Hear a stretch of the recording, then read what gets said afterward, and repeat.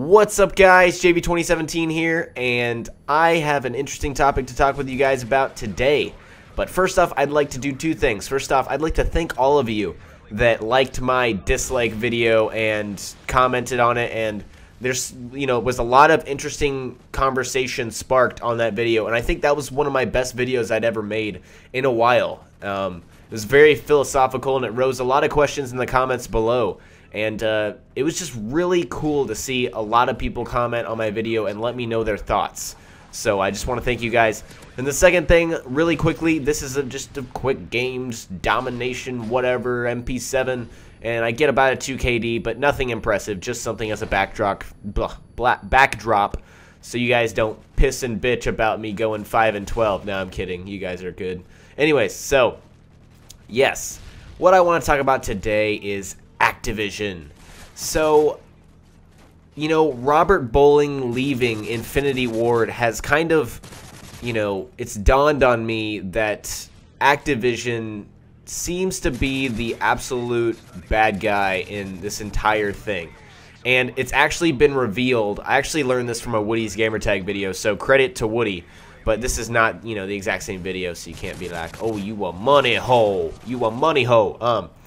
Yeah, so we learned that Robert Bowling actually came out in an interview and said that he wanted to give former COD maps for free to people, in Call of Duty. That would just be a really cool thing, a way for developers and Activision to, Infinity Ward and Activision to give back to the community by giving free maps. I mean, how is that a bad thing? But what did Activision do? They were like, no, you won't do that, Robert Bowling, because we like our money. And this has got me thinking about the whole Activision being greedy throughout the entire COD franchise, maybe since COD, since Modern Warfare 2, let's say. And Modern Warfare 2 and on, Activision has really, they've become just simply good investors. Let's just go ahead and call them that. I mean, in a world where we're so kind of driven by money, which is, it's a sad truth. Everybody's like, gotta make that money, because apparently money equals happiness, even though it doesn't.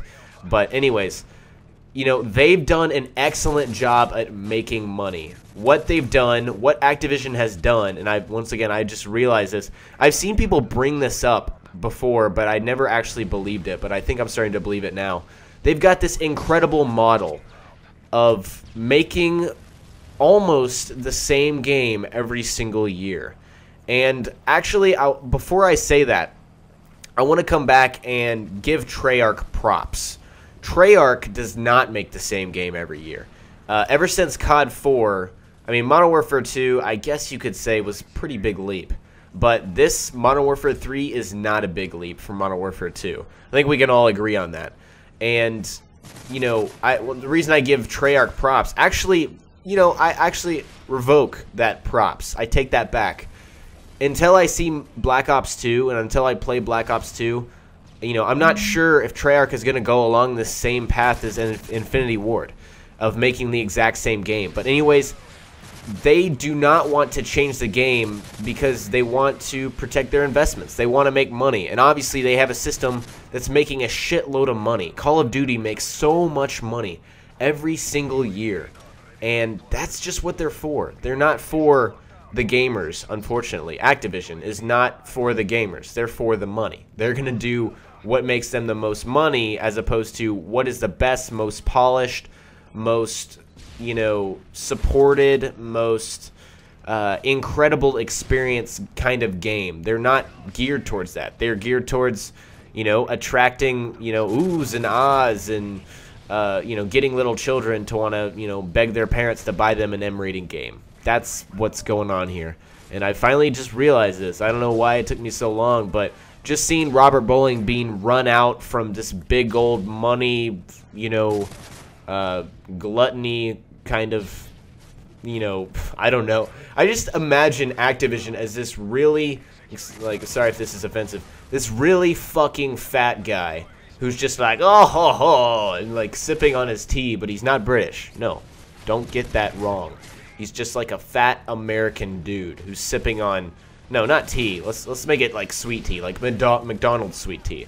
Oh, ho, ho, ho. Sipping on my big sweet tea. He's got like money bags. He's sitting on top of money bags, like getting a foot massage and getting a mani-pedi. I don't know. That's what I kind of picture Activision as. They're just the big mean guys that are they're just concerned about making money.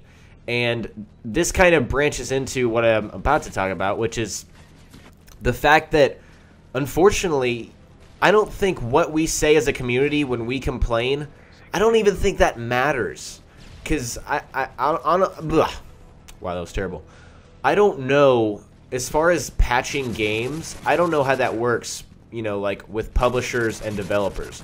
Who has the say as to what, you know, is getting patched into the game?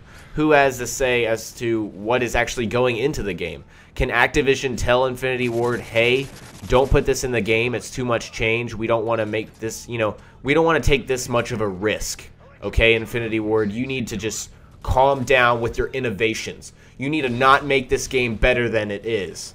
You know, I mean, does Activision actually do that? I mean, I'm actually asking you guys, do any of you know? Because it seems like this is the case, and it's kind of sucks. And, you know, that's why so many people are kind of like hipsters, and they're like, ooh, Skyrim, way better than Modern Warfare 3. And I actually get that now.